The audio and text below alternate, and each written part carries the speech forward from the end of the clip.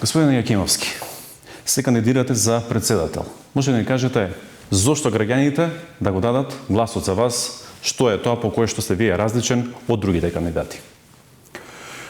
Затоа што сум поискусен во однос на другите, затоа што лесно разликувам битно од небитно, затоа што многу лесно ги утврдувам вистинските приоритети, затоа што гледам оно што на граѓаните им треба, затоа што во мојата животна и работна кариера имам многу резултати, затоа што сум во зрели години, имам 64 години,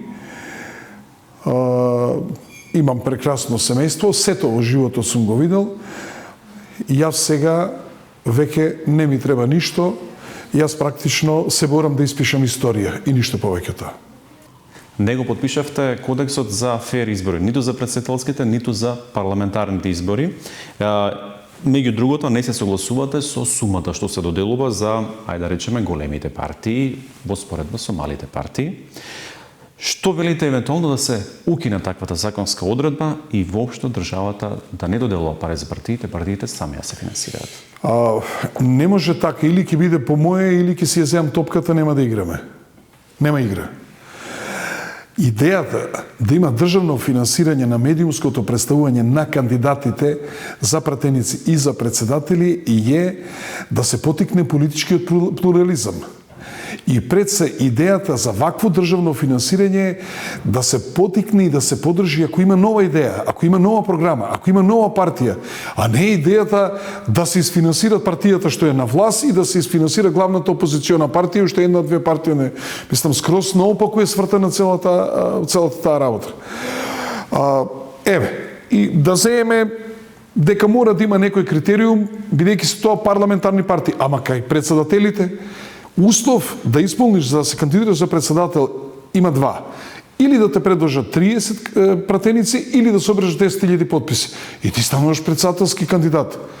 Како тука испаѓа ти да земеш 1.650.000, а јас да земам 126.000 евра? Вие веднаш со тоа покажувате дека имате желба за пари. Јас искрен да видам. Јас да сум председател 5 години и мене да ми следува 1.650.000, а моите противкандидати по 100.000 да земат, јас сам би рекол, чекај, тргнете дел од мене, дајте јас не ќам нефер кампања. Значи, прво, нема витештво меѓу овие, еве да кажем, двајца представници на големите партии. И сега, ајде и тоа, да земеш толку пари, да се рекламираш како да си фолк звезда и во исто време да одбегнуваш дебати. Па ние се кандидираме за председатели. Ние не сме хулигани. Нити ќе се тепаме, нити ќе се навредуваме, но тамо ќе ги спротиставиме нашите гледишта како Македонија натаму треба да изгледа. Во вашата изборна програма, особено меѓу првите точки, е на некој начин дека барате или најавувате или имате намери да се зголемат ингеренциите на председателот, меѓу другото, нели, изборот на суди во Уставен суд, за потоа членови судски совет, назначување на гувернерот на Народна банка, председателот директно да ги назначува. Па имаме двојство. Како председателот го назначува директорот на Агенција за разузнавање и го назначува началникот на Генералштаб. А зашто не да назначи директно гувернер на Народна банка? Најголема доверба во Македонија од сите и од политики, собрание, влада, председател на држава, најголема доверба ужива Народната Централната банка. Што повеќе осамостоиме Централната банка од влијанието на владата и Министерството на финансии, ние ќе имаме постабилно монетарно-кредитен систем, ќе имаме постабилна валута и ќе обезбедиме комплетна независност на Централната банка, што е најбитно за секоја држава. И тоа е најздраво. Втората работа, зашто судиите кои се предлагаат во Уставен суд и во Судски совет треба да пројдат преку собрание за да повторно ги вмешаат прстите партиите. Ако се предлог дава председателот, тоа значи дека председателот е биран од сите граѓани и ќе води сметка за сите граѓани и ќе биде срам за председателот ако предложи некој член на Судскиот совет кој е, например, правник во локална самоуправа. Или правник во некое јавно предпријатие. Под зборот истакнат правник, тие не подразбираат некој истакнат универзитетски професор. Ме разбирате? Тие подразбираат истакнат правник во партијата. Дали не му верувате на собранието? Не, повторно партиите ги мешаат прстите и повторно се има партиско политичко пазарење. Се сеќавате, Ѓорги Иванов, гувернер, го предложи повторно Богов. Партиите се спротиставија парламентот и така е избрана господјата Анита Бежовска. Далеко тоа, она е одлична како гувернер, ама ја само ви го давам примерот. Малку друга тема. Велите дека би ја зацврстиле нашата позиција во НАТО, сте за исполнување на условите за влез во ЕУ, но со назнака за почит кон државата, кон нацијата, идентитетот и јазикот. Меѓу другото додавате, за влез во ЕУ нема да чекаме бесконечно. Што значи тоа? Заморени сме од триковите на Европската Унија. Заморени сме од исполнување на услови кои што не можат да се исполнат. Да разговараш за идентитет, да разговараш за јазик, да разговараш за историски личности, да разговараш за задачи кои што не ги имал ни една нација, ни една држава при влезот во Европската Унија, како ние да не сме луѓе, како да сме марсовци, треба да исполниме посебни критериуми. Јас не велам дека ние треба да се откажеме од европскиот пат, но ако до 2030 не влеземе, ние ќе останеме на тој пат, но тој нема да биде приоритет. Приоритет ќе биде да донесеме инвеститори, да обезбедиме проекти, да се подигне македонската економија, да се отвараат нови работни места, да не ни се исолуваат децата и да овој народ живее подобро. Може ли државата да опстои економски ако не се приклучи кон еден ваков сојуз? Како што да речеме? Сакате да ми кажете дека се богати и просперитетни држави само тие што се членки на Европската Унија? Кој е вашето мислење? Дали би можела државата да опстои? Ќе ги отвориме вратите за инвестиции за цел свет. Значи, може ли некој да ми објасни зошто ние овде немаме ни еден инвеститор од Арапски Емирати, од Катар, од Либан? Па ако сакате и Кина. Па ако сакате и Русија. Како може руски инвестиции да има во земји членки на НАТО и на Европската Унија? Пример, во Грција ги нема во Македонија. А ние не смееме ни руска салата да јадеме. Како може да има руски инвеститори во Лондон? Како може да има 1300 бензински пумпи на Лукойл во Соединетите Американски држави?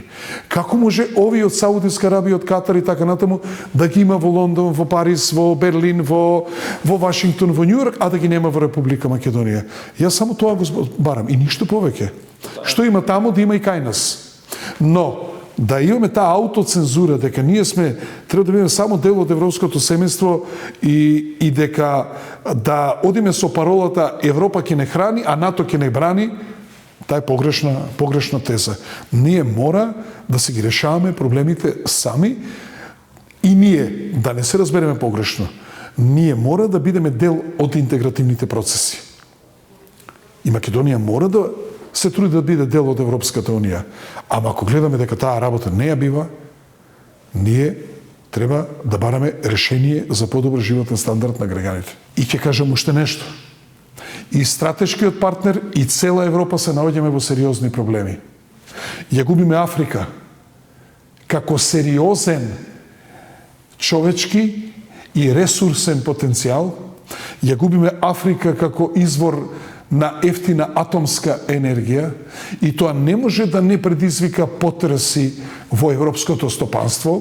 Ако нашата енергија поскапи, тоа значи ќе поскапат нашите производи, тоа значи европското стопанство ќе го губи здивот и ќе губи компетитивноста, а тоа значи ќе не газа Кина, ќе не гази Јапон, ќе не гази Тајван, ќе не гази Индија и така натаму, и тоа значи нашиот стандард ќе паѓа и ќе имаме проблеми. И наместо ние да се бавиме со политиката, бугарската политика село гори баба се чешла, место што побрзо да го затвориме Западен Балкан и да го интегрираме во Европа и да заеднички одлучиме како ќе се спротивставиме на овие проблеми што ги имаме околу нас, Ние се бавиме со тоа која историска личност била наша или бугарска, дали ние сме македонци од 44-та или претходно сме биле нешто друго, дали сме нашиот јазик станал јазик македонски од 44-та, а претходно сме лајале како кучиња, па тоа нели се смешни работи. Зашто не одбереме да решаваме вистински проблеми, туку се бавиме со проблеми кои што не се битни, а во опасност сме цела Европа плюс нашиот стратешки партнер, а знаете на кого мислам, на Соединените американски држави. Господинот е нашиот стратешки партнер. Да. Токму кај нашиот стратешки партнер, тој ве стави на листа на санкции, условно кажано така наречена црна листа. Какво е вашиот коментар? И да цитирам, таму се вели за вмешаност во коруптивни дела и злоупотреба на службената положба. Како ова го објаснувате пред гласачите? Прво е тоа политичка одлука. И Стейт департаментот носи политички одлуки. Најодговорно тврдам дека тие немаат никакви докази за мене. Ова се предлог на македонски граѓани кои што јас откако работам во политиката, тие се мои политички противници и се македонски граѓани кои што не им се допаѓаат моите политички ставови, но јас морам јасно да кажам дека мене ме плаќаат плата земам од граѓаните на Македонија и јас ќе ги застапувам ставовите на граѓаните на Македонија. Тие што одат да кодошат во амбасадите за тоа кој требал да оди на црна листа и така натаму, тие ни ги плаќа некој друг и практично сите работиме за тој што не плаќа. Јас одговорно тврдам дека јас со криминали ниту сум се бавел, ниту ќе се бавам. Одговорно тврдам дека сум си ги обавувал своите функции максимално коректно и во интерес на граѓаните, и тоа граѓаните го препознават. 4 пати ме бираат за началник, од кои 3 пати готово сам победувам. И колку е ова сериозна одлука, покажа и колку е таа одлука искристализирана и подкрепена со факти и докази, покажува смешниот факт што на господјата Катица Јанева незиниот мртов сопруг веќе 14 години беше ставен на црната листа, така да целата ова црна листа ја прави карикатурална и мене ми е жал. Мене ми е жал што во оваа изборна кампања ќе добивам и протестни гласови.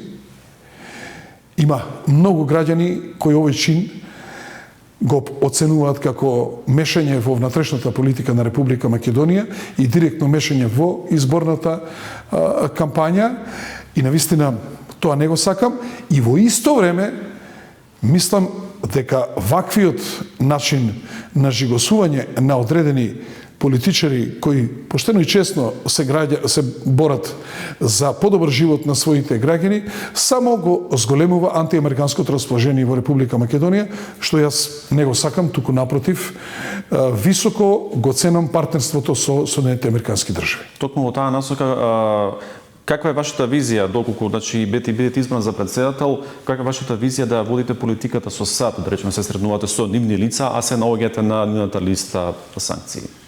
Прво, кај мене, јас се кандидирам за председател и председателот мора да мисли за државата. Не може јас заради црната листа да ја мрзам цела Америка или да бидам противник на целата американска политика. Најнормално дека ние ќе соработуваме, најнормално дека ние натаму ќе бидеме партнери и најнормално е тоа што е интерес на граѓаните на Република Македонија да го штитам и да го штитам интересот и на стратешкиот партнер, меѓутоа, ако нивниот интерес го загрозува интересот на граѓаните на Република Македонија, јас јасно кажувам дека ќе се спротивставам. Но во ниеден момент, нити претходно, нити сега, сум против интересите на Соединените американски држави, имајќи во предвид дека гарант за постојање на Република Македонија е токму Соединените американски држави. Каква е политиката што би ја водале кон Русија и Кина? Кон кого? Кон Русија и Кина. Добре. Каква е политиката што би ја водале кон нив, доколку сте председател? Тука да не се лажеме. Русија секогаш ќе биде наклонета на страна на Бугарија. Од повеќе причини. Затоа што Русија има направено бугарската држава. Второ, геостратешки Бугарија е многу побитна за Русија, таа е поголема држава и се комши преку Црното море. Треба се лажеме да не кажеме дека во Македонија постои проруски сентимент, нормално, како граѓани кои што се од ортодоксна вероисповест, и тоа е факт. Но во исто време, повеќе од очигледно е дека Русија не може да биде наш стратешки партнер. Зошто? Прво, затоа што политички сме некомпатибилни. Второ, Русија и воено, и политички, и економски создава други своји партнери, а ние сме се определиле наш партнер да биде Соединените американски држави и Европската унија. И гарант за постоење на Република Македонија беше Југославија. Откако ја нема Југославија, гарант за постоење на Република Македонија е Соединените американски држави и ние нормално треба да се држиме до западната политика. Но прашањето за економскиот развој на Република Македонија, морам да кажам дека сметам дека ниту стратешкиот партнер, ниту Европската унија доволно инвестира во Република Македонија и дека доволно создава услови за развој и за подигање на животниот стандард на граѓаните на Република Македонија. Вие кажете ми колку инвеститори имаме од Соединените американски држави. Дали некоја битна инвестиција во Македонија е земена?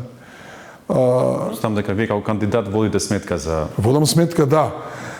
За мене е недозволиво подпишениот договор со Енка Бехтел, кој што за мене е апсолутно коруптивен, кој што е надвор од законските рамки на Република Македонија. Малку сега на економијата, тоа е веќе сме при крај. Интересен дел во вашата изборна програма е велите да се развива воената индустрија. Зошто токму воената индустрија? Војната во Украина практично создаде една состојба на царот е гол. Војната во Украина покажа дека нашата алијанса нема доволно оружје, нема доволно муниција, нема доволно ремонтни заводи. Проблемот во цела Европа што европската индустрија е мирнодопска индустрија. Проблемот кај нашиот противник Русија е што нивната индустрија е двонаменска.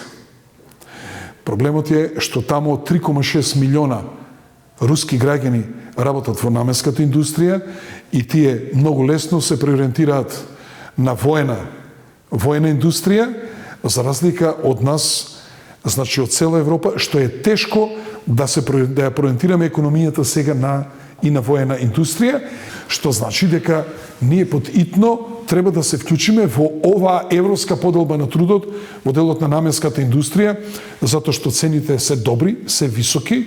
Ако една граната 155 милиметарска чинеше $2000, сега е €9000, што значи дека можеме муниција да произведуваме, можеме опрема да произведуваме.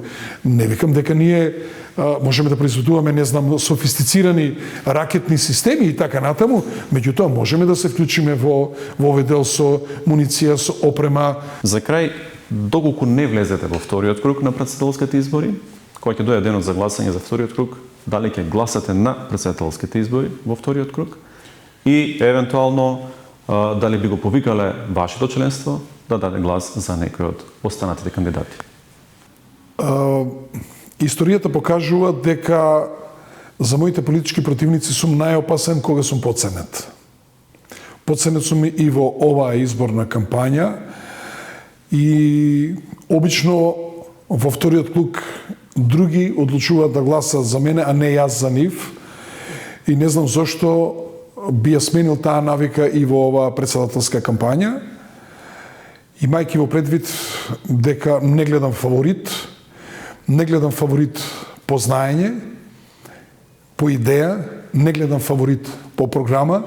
Имам претседателски кандидат кој што има 5 точки кои не можете да ги разберете. Јас имам 17 јасни точки за тоа како треба да изгледа Република Македонија и со што треба да се зафатиме.